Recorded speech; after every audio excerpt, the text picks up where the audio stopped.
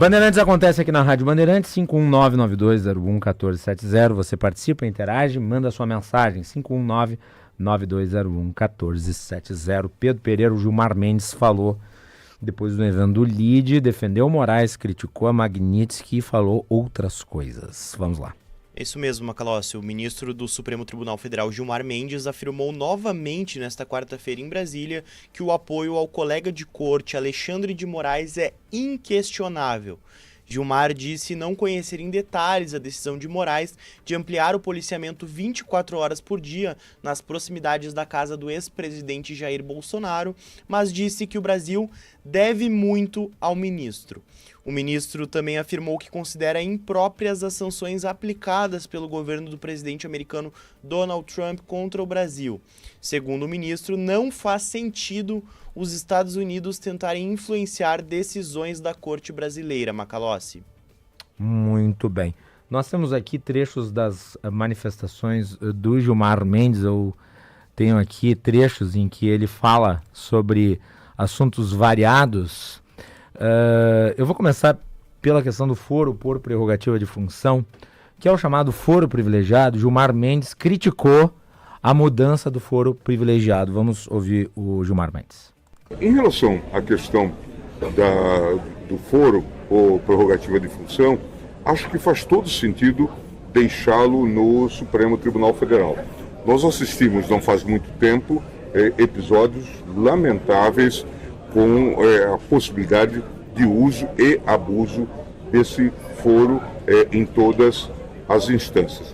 Eu fico a imaginar, por exemplo, uma busca e apreensão determinada pelo juiz de Cabrobló na Câmara dos Deputados, ou uma ordem de prisão determinada por um juiz de Diamantina, minha cidade,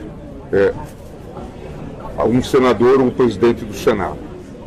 Isso seria a subversão completa da nossa tradição jurídica e da nossa cultura jurídica. O que está a ocorrer, talvez, seja um tipo de casuísmo. Eu mudando o foro, eu tiro a matéria da competência do Supremo. Daqui a pouco a gente volta ao Supremo buscando proteção. Então, é bom que a gente tenha juízo nessas mudanças. Temos que aguardar um passo dopo d'altro. Vamos aguardar, primeiro, que haja deliberação numa casa e outra, e depois, eventualmente, uma análise pelo Supremo. Bom, o ministro Gilmar Mendes, usando fina ironia, ele apontou o risco de estabelecermos uma bagunça institucional no Brasil, na medida em que os poderes políticos ficarão submetidos a decisões jurídicas de qualquer parte do país, a qualquer tempo, sob qualquer circunstância.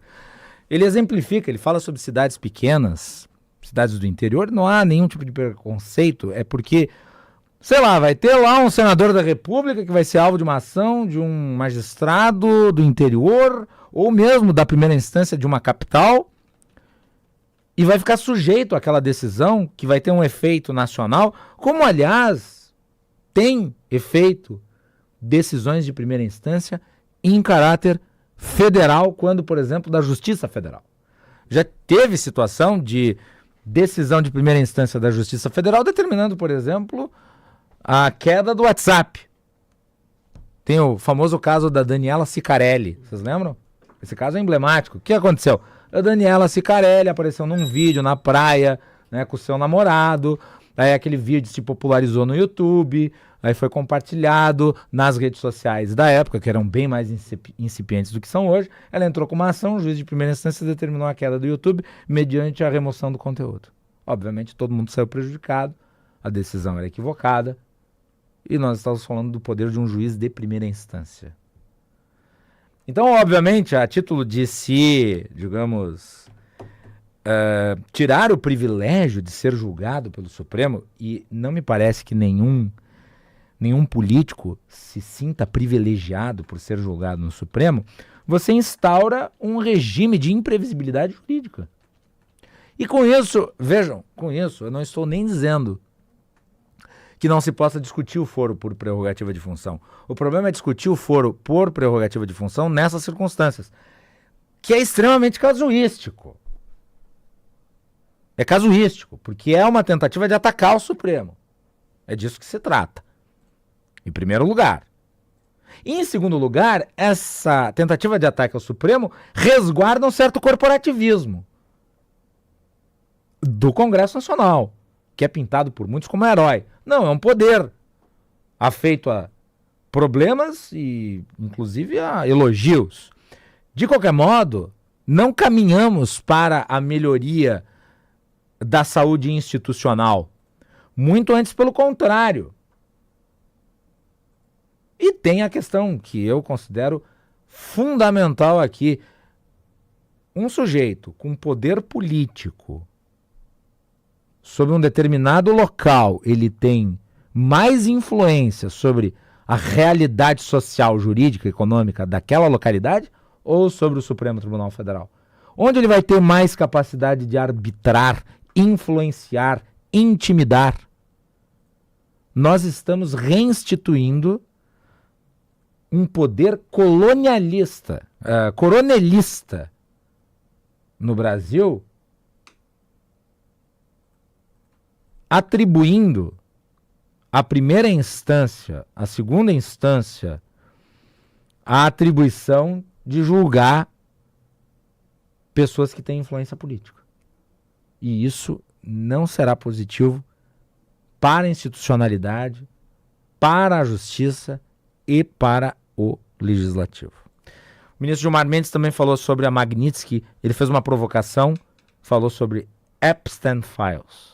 Claro que isso é de todo impróprio. É evidente que negociações comerciais, elas podem se fazer e se fazem a toda hora.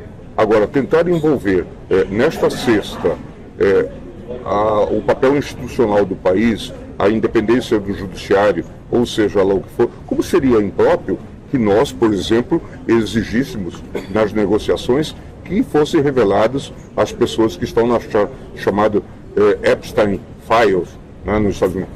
Não faz sentido algum, nós não temos nada a ver com, ou que quiséssemos mudar a jurisprudência sobre aborto nos Estados Unidos, isso não faz o menor sentido. Da mesma forma, não faz sentido tentar alterar a jurisprudência da Corte Constitucional Brasileira. Aí, então, o ministro Gilmar Mendes falando sobre essa invasão norte-americana sobre a institucionalidade brasileira e fazendo uma provocação.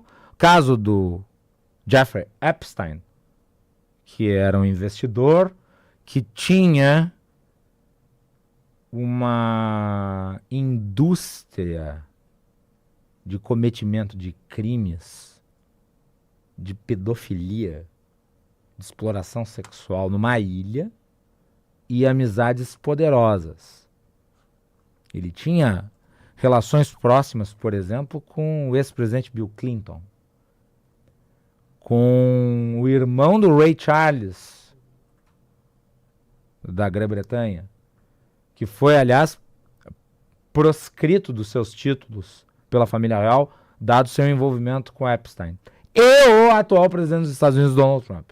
O que acontece é o seguinte, o Trump passou a campanha eleitoral falando sobre o Epstein Files, e agora ele resolveu mudar de posição. Ele tem sido muito atacado por isso. Por quê? Muita gente fala da possibilidade, na revelação dos arquivos, ter coisas sobre ele ali. É claro que o Gilmar Mendes está falando isso sem ter o objetivo de o Epstein Files se tornar público. Mas ele fala sobre o que seria uma intromissão do Brasil nos assuntos internos dos Estados Unidos. Era uma decisão do governo americano manter sigilo sobre o caso Epstein. Aliás, eu recomendo, já assistiu, Pedro? O documentário sobre o Jeffrey Epstein, que está disponível no Netflix. É uma coisa pavorosa o que aquele sujeito fez. E ele morreu em circunstâncias muito duvidosas, né? Muito estranhas na prisão. Ele se matou, supostamente. Não se sabe ao certo. Um dia que esses arquivos vierem à tona, talvez a gente conheça a realidade como um todo nessa situação. Mas, né, o caso Epstein foi usado aqui para título, para efeito de comparação entre um assunto interno dos Estados Unidos e um assunto interno do Brasil. Estamos no ar com o Bandeirantes Acontece aqui na Rádio Bandeirantes.